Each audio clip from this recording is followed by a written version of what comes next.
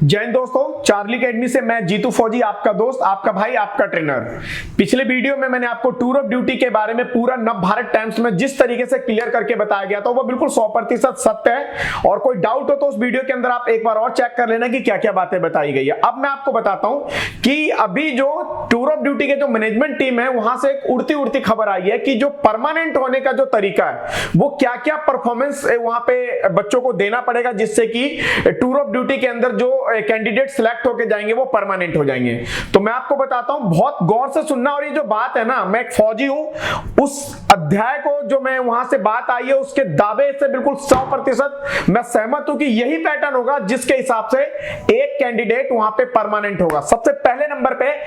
Adam inspection होता है वहां पे। जैसे फौज के अंदर तिमाही या छिमाही एडम इंस्पेक्शन होता है जिसमें यूनिट का और इंडिविजुअल बंदे का परफॉर्मेंस चेक होता है। जैसे कि इंडिविजुअल परफॉर्मेंस में बंदे का बीपीटी होता है। बीपीटी में उसका रनिंग होगा, उस रनिंग के अंदर 5 किलोमीटर का रनिंग और उसका high jump, long jump, rope, to touch और 5 मीटर सेटल वगैरह होगा। तो उसमें ग्रेडिंग मिलती है, एक्सीलेंट, गुड और सेट। तो जिसका एक्सीलेंट होगा वहां से चेक कर लिया जाएगा। दूसरे नंबर पे उसका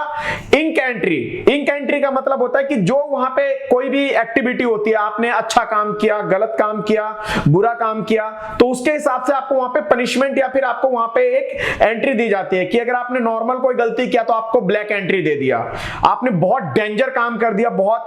मतलब कि बड़ा फॉल्ट कर दिया जिसके वजह से आपको पहले निकाला नहीं जाता था, वहां पे एंट्री दे दी जाती थी कि भाई आपको रेड एंट्री दे दिया गया है। और एक होता था ग्रीन एंट्री कि आपने बहुत अच्छा कोई काम किया तो आपको ग्रीन एंट्री से सम्मानित किया गया। तो आप अगर आपके प्रोग्रेस कार्ड के ऊपर ब्लैक एंट्री या रेड एंट्री होगा तो, और दूसरे कैंडिडेट पे अगर ग्रीन एंट्री हुआ तो उसका वहां पे चांसेस ज्यादा होगा परमानेंट होने का।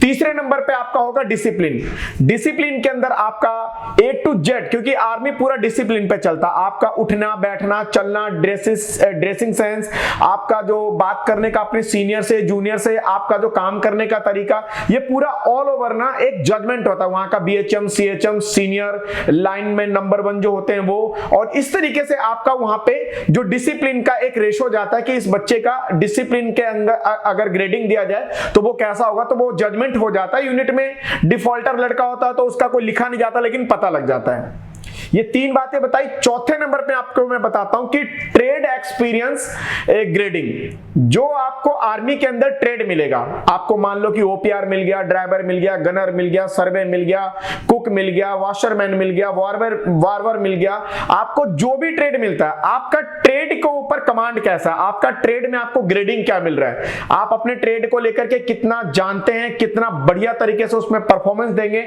उसके लिए भी वहां पे एक ग्रेडिंग दिया जाता है कि आप अपने ट्रेड को लेकर के कितने एक्टिव हैं। तो जो वहां पे कैंडिडेट जिसको जो ट्रेड मिलता है, अगर उसके हिसाब से वो वहां पे अपना परफॉर्मेंस अगर अच्छा देता है तो वो कंटिन्यू होने के लिए, परमानेंट होने के लिए ज्यादा उसके अंदर मतलब कि बताया जा रहा है। और जो कैंडिडेट जो अपने ट्रेड में बिल्कुल न्यूनतम स्तर पे अगर काम चलाओ काम कर रहा होगा तो उसको बाहर करने की, और टूर ऑफ ड्यूटी के 4 साल नौकरी के पीरियड के बाद उसको बाहर पेंशनर घोषित या रिटायरमेंट की जो बात चल रही है वो बिल्कुल उस तरीके से किया जाएगा। अब बात करते हैं हम लोग 5वें नंबर की, क्योंकि मैंने 5 तथ्य बताई है जो बातें आई हैं और ये 100% दोबारा बता रहा हूं कि 100% ये सत्य है।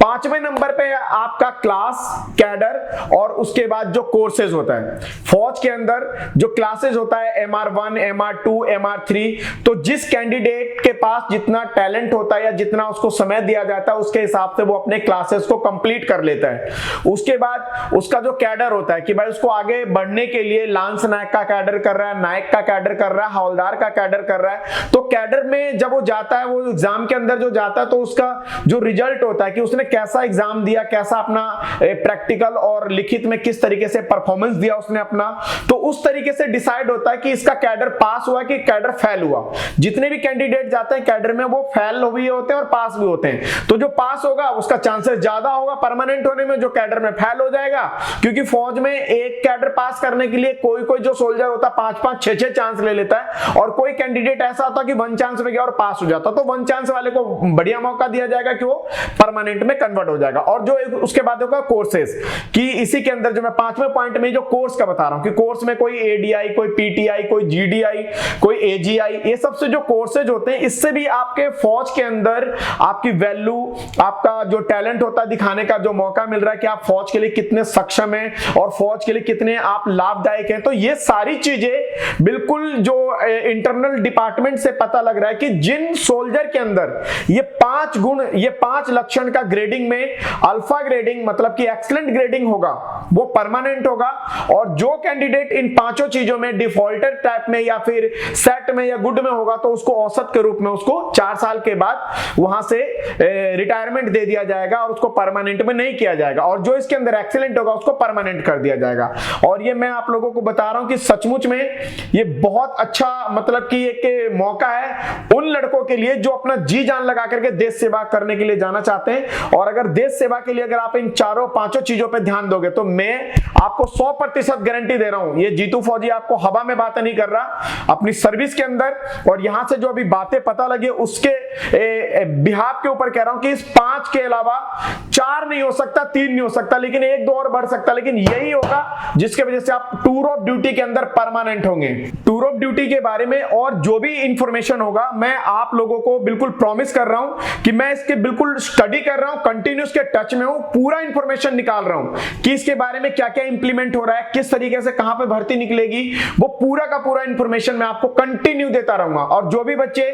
आप मेरी बात पीछे वीडियो में भी देखेंगे, जो मैंने बातें बोली बिल्कुल ट्रुथ है, उसमें किसी तरीके से कोई संकोच नहीं है। तो मैं आपको बता रहा हूं कि अगर सचमुच में आपको मेरी वीडियो से सारा चीज नॉलेज मिल रहा है तो आप उन बच्चों तक पहुंचाएं, इसको शेयर करें, लाइक करें, ताकि मेरा भी मोटिवेशन बनता रहे कि हाँ भाई मेरे को बच्चे लाइक करते हैं, शेयर करते हैं, पसंद करते हैं, तो मैं अपनी मेहनत में और अपना निखार करके और आप लोगों के लिए बिल्कुल जो सच्ची बातें, जो और आपके कैरियर के लिए अच्छी बातें, उनको मैं लाता रहूंगा। ठीक है, जय हिंद।